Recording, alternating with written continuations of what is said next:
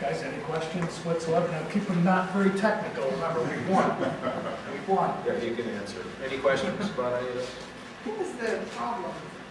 Why did it take so long initially? What were the 27 issues that you boiled down to?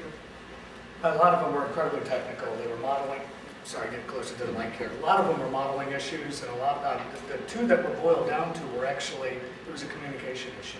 And oftentimes when you go back and forth on emails or letters, things get lost in translation. And a lot of the issues in this case, there were some red line documents that were going back and forth between some legal folks. Some things that were referenced to from a compliance standpoint were accidentally omitted. Now, of course, we could have left that to snail mail and email to go back and forth for maybe another month or 2 or 10. But in this case, pick up the phone and say, geez, did you really mean to omit that or not? Did you really mean not to put your blast gas in your overall base calculation, which at some point in time you're probably going to use it? And the answer was, oh, no, we didn't mean to do that. Well, let's get that rectified right now, let's get it fixed. So that's what a lot of those issues were. My understanding is also that there would be meetings here, from what I was briefed earlier, meetings held where agreement was reached on a certain issue, only to have that issue pop up as an open question somewhere down the road. So it was like they never reached a resolution. Am I correct when I'm telling you this? It was a constant, yes, we agree, and then, but, well, by the way, we didn't agree.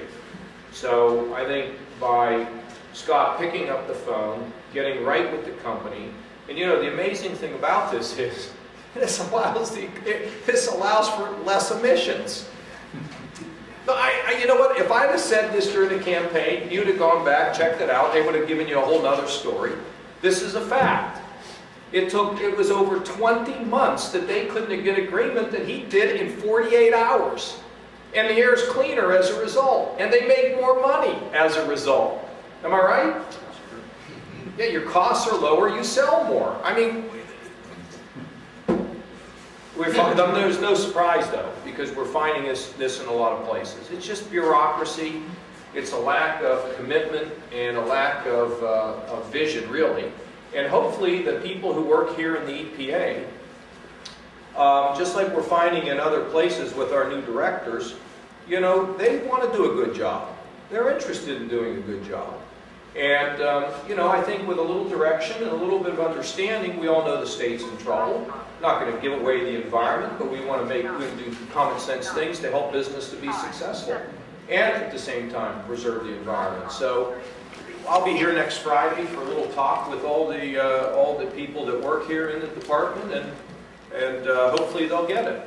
If they don't get it, then we'll have a problem. But I'm optimistic they will. How did this come to your attention in just the few days you've been here? How did it come to the top of the pile? Obviously, permitting is one of my priorities when I came in, and I said it when I was being introduced to the state of Ohio from Indiana. So I'd actually sat down with each of the branch chiefs, each of the program chiefs, and one of the items we teed up was where we at on permits, and what are some of the more troubled permits, those that you have impasse with, and why. And when Bob and his team sat down and met with me, this one came up very quickly to the top. When I read through the briefing bulletin on that, it's like, you know, I think we can rectify this one right away. Let's get them on the phone. And we're going to continue to do that through all the programs. Each week, I'm meeting with each of those chiefs, and then every other week, we're going to meet as a group. And we're going to get this oaring in the same direction. We get 1,200 of us oaring in the same direction in just 1 hour. It's 1 month of one person's work. And we do it for 2 weeks. It's one of us working an entire lifetime. So we're just going to get them oaring in the same direction. Can you explain what the permit will actually allow to have happen? Now you're getting a little bit technical, but in a nutshell piece, right now they flare off a waste gas. And they want to have the ability to capture that waste gas and use it as an energy source. Recycle. And recycle it. And then pull down whatever their other energy sources that they were going out and purchasing, whether it be natural gas or coal or whichever. Reduce that to be able to use this as a byproduct positively. So it's a recycling project. And that was virtually it. Of course, when you get into air, it gets a whole lot more complicated than that because you have multiple sources, multiple stacks. You got all the modeling that comes into play. So anytime you're going to do a new project, you go through under new project reviews, and that slows it down. But in a nutshell, they're capturing the waste gas shortly, now that they'll be able to construct and do it, and then be able to burn it and then reduce their green gas that they were using before, what their green fuel source. Is this the final permit to install from an earlier draft permit? It's not exactly, no, because this is more of an out permit, I'm sorry, more an of operational permit. And we can get you some more detail on that if you need. Afterwards, we can pull Bob off to the side and get some of that So detail. what exactly does the permit that you just signed do? Give them the right to capture this? Yes, gives them the right to construct and operate. A cogen facility? It's a cogen, yeah, that would be the best terminology for it. That's a pretty good question there, Providence. I mean, wow. Guys, thanks a bunch. Thanks for coming. We'll be Is there around. for a anything while. else? Yeah. Grand Lakes marriage, what was the game plan there? What was the major headway that you made? They teed up, by the way, first of all, I'd like that group there is incredible. And what they've done in a year is phenomenal. What they've done is they've put together a list, a laundry list, because this is going to be a multiple facet approach, of about 8 or 9 items, and I'm going off the top of my head here, so, and I just looked at it for the first time today. They have about 8 or 9 items that they're going to look at.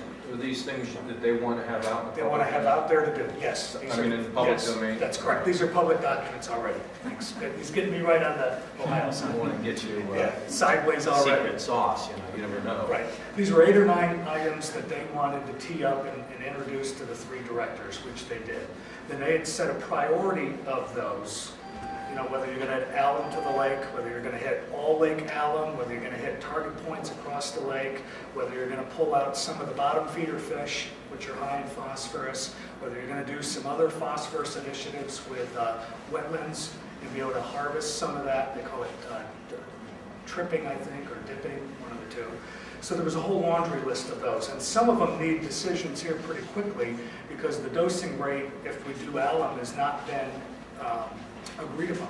So we're going to have to set up a trial, like cut it through ice here very quickly, get the trial out, get it done, get the data back, so that early this spring, well, by the way, March, that we're doing, if that is one of the options that's agreed upon, we're ready to roll, and we've not let bureaucracy and trials and pilots and testing stand in the way.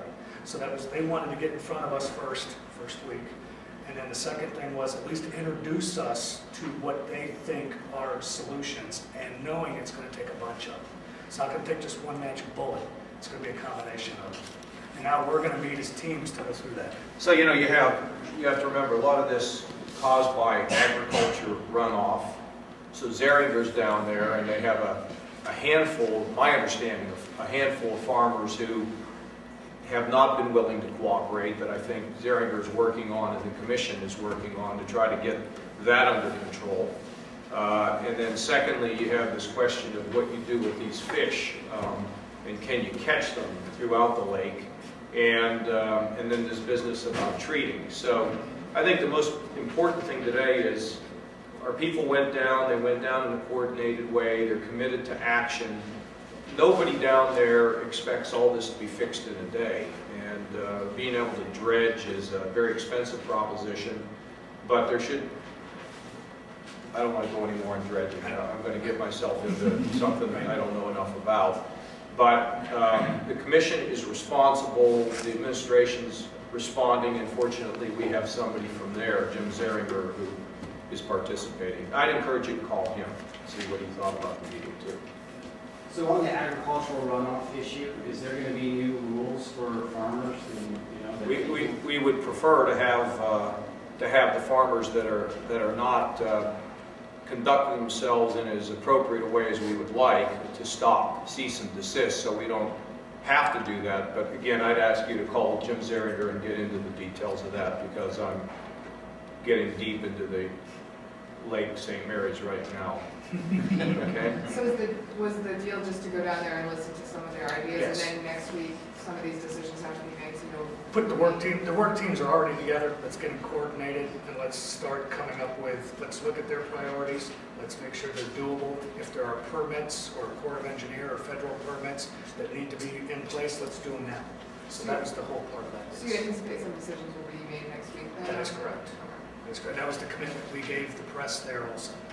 What had been happening down there is people would go down and meet, and they'd get in their car and they'd leave, and they wouldn't get any answer and no direction. So I think this is heading in the right direction, that this is not going to be ignored. There will be a plan. As Scott just said, there's no silver bullet, but we're on it, and we'll move this along as quickly as we can, see what we can learn from it, because there's going to be other bodies of water that are going to have the same kind of problems, and maybe we can head some of them off. I got to go to budget meeting. Thank you all very much.